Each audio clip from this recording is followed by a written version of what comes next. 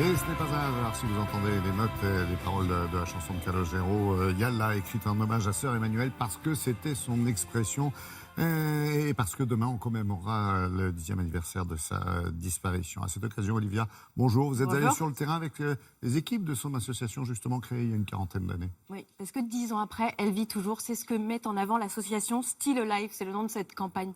À l'occasion des 10 ans de sa disparition, Sœur Emmanuelle aidait les enfants défavorisés et ses équipes continuent son action en portant les mêmes valeurs.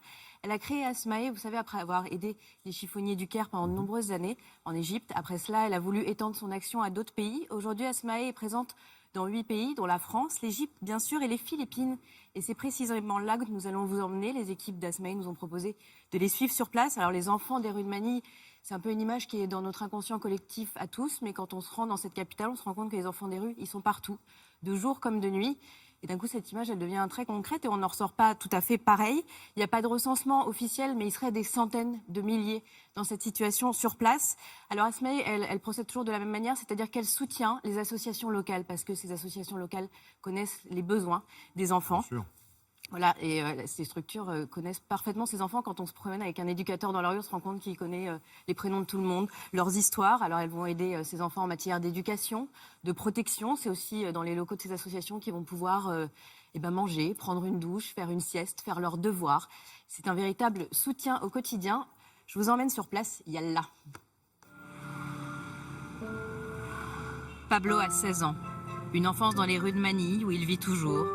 Sa seule porte de sortie vers un avenir meilleur, le soutien depuis quelques années de Kassem, un partenaire d'Asmae.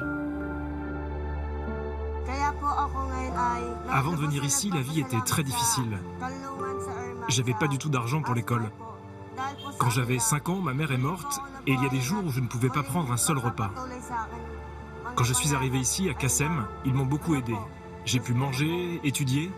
Maintenant, je suis au collège. Je voudrais être policier et je voudrais aussi aider les enfants victimes de violences. Parce que moi, quand j'étais petit, ma famille me frappait. Élevé par une grand-mère violente, il a essayé de fuir, puis il est revenu. Aujourd'hui, il pourrait être hébergé par l'association, mais il refuse de laisser son aïeul seul. Il la retrouve donc chaque soir. J'ai été surpris parce que quand j'étais avec ma famille, on ne me donnait aucune affection. Et ici, j'ai retrouvé l'espoir. Parce que je me suis senti aimé, même si on n'avait aucun lien de parenté.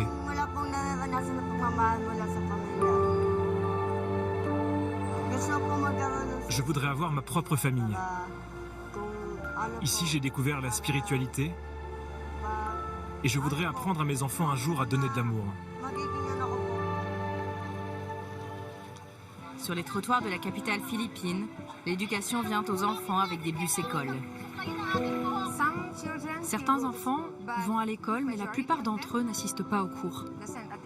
C'est pour cela que nos partenaires leur inculquent les bases, des valeurs, des règles d'hygiène et leur apprennent à prendre soin d'eux, même s'ils sont dans la rue. Ces bus sont aussi des salles de jeu et des cantines mobiles pour apporter un peu de normalité à ces petits si nombreux à vivre au cœur de la grouillante Manille. La plupart des familles de ces enfants n'ont pas vraiment les clés, les connaissances, parce qu'ils ont reçu très peu d'enseignements. Du coup, ils n'ont pas l'attitude ou la façon d'être qu'ont tous les parents avec leurs enfants. Par exemple, ils ne réalisent pas que leurs enfants sont parfois en danger et pourraient avoir des accidents.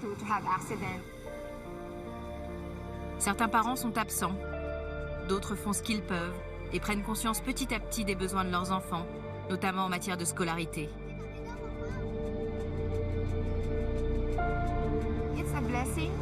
C'est une bénédiction de faire ce travail. Parce que je crois que quand on fait quelque chose de bien pour les autres, c'est l'univers qui nous le rend. Un univers dans lequel les gamins des rues de Manille auraient les mêmes chances que les autres et grandiraient dans l'insouciance de l'enfance. Asmae.fr pour les soutenir. Pour vous donner une idée, un don de 15 €, c'est un enfant pris en charge pendant 1 an. Et c'est une bien belle équipe que celle d'Asmae, je vous l'assure. 15 € une personne, 1 an. Merci beaucoup.